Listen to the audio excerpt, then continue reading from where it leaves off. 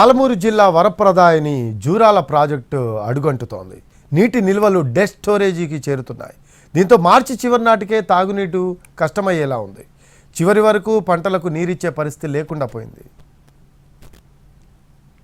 ఉమ్మడి మహబూబ్ నగర్ జిల్లాకు అత్యంత కీలకమైన ప్రాజెక్ట్ ప్రియదర్శిని జూరాల ప్రాజెక్ట్. కృష్ణానది తెలంగాణలోకి ప్రవేశించిన తర్వాత ముందుగా ఈ డ్యాంలోకే నీళ్లు చేరేది. ప్రతి ఏటా వందలాది టీఎంసీల వరద వచ్చినా 2 పంటలకు నీరివ్వలేని దుస్థితి. ఇప్పటికే క్రాప్ హాలిడేలు, వారబందీలను అమలు చేస్తున్నారు. అదే సమస్య ఇప్పుడు కూడా ఎదురవుతోంది. వేసవికి ముందే తాగునీటికి కూడా ఇబ్బందులు తప్పేలా లేవు. ప్రాజెక్ట్ నీటి నిల్వ సామర్థ్యం 9.66 టీఎంసీలు కాగా ఈ ఏడాది 1122 టీఎంసీల వరద వచ్చింది.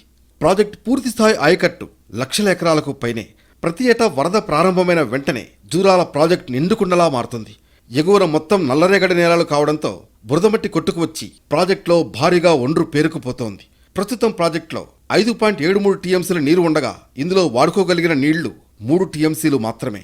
దాదాపు 4 టీఎంసీల సామర్థ్యం మేర పూడిక, బురద నీళ్లు పోగా సాగు, తాగునీటి అవసరాలకు వాడుకోగలిగిన నీటి నిల్వ సామర్థ్యాన్ని అధికారులు సరిగా అంచనా వేయకపోవడంతో వరద అంతా దిగువకు పోతోంది. ఈ ఏడాది యాసంగిలో వారబందీ ప్రకారం మొత్తం ఆయకట్టుకు కాకుండా 35,000 ఎకరాలకు నీరివ్వాలని నీటిపారుదల సలహా బోర్డు నిర్ణయించింది. ఆ మేరకు ఇవ్వాలన్నా కనీసం 3.5 టీఎంసీల లైవ్ స్టోరేజీ ఉండాలి.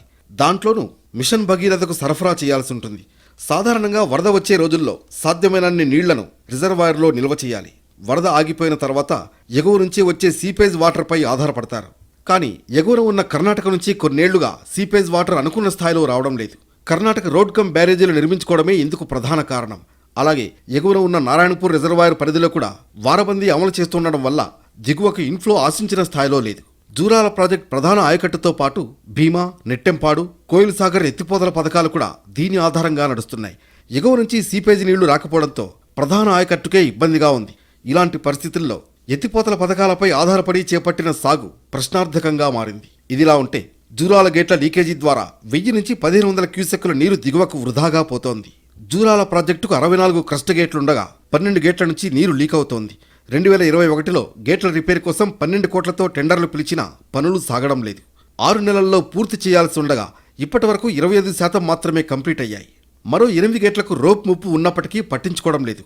ఇక ఈ ఏడు వేసవికి ముందే పొంచి ఉన్న ప్రమాదాన్ని గుర్తించిన సర్కార్ కర్ణాటక ముఖ్యమంత్రిని కలిసి 5 టీఎంసీల నీటిని విడుదల చేయాలని కోరితే ఆ స్టేట్ 4 టీఎంసీలు ఇచ్చేందుకు ఒప్పుకుంది. గత ఏడాది కూడా ఇలాగే జూరాల పరిధిలో తాగునీటికి ఇబ్బందులు తలెత్తితే 2 టీఎంసీల వరకు నారాయణపూర్ నుంచి విడుదల చేశారు.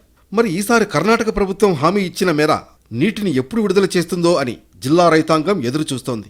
ఈ నెల చివరి వరకు నీటి విడుదల జరిగితే వారబందీ పద్ధతిలోనైనా పొలాలకు నీరొస్తుందని ఆశపడుతున్నారు.